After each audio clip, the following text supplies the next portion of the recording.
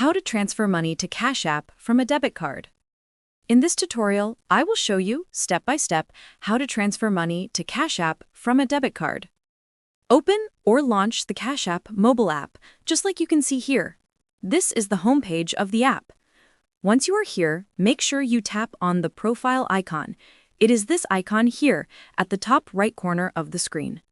On the profile section of your account, there are various options and sections that you can use to navigate to different areas of the app. From there, scroll down. Make sure you are following the tutorial step by step to avoid making any mistakes. Okay, let us proceed. Next, come to this section named Account and Settings.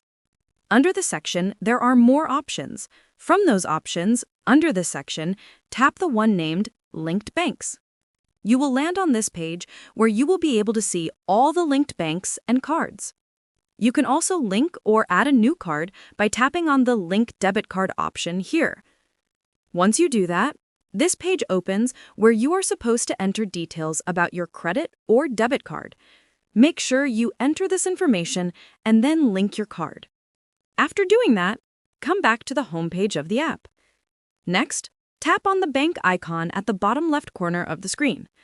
You will land on the Money section of the app.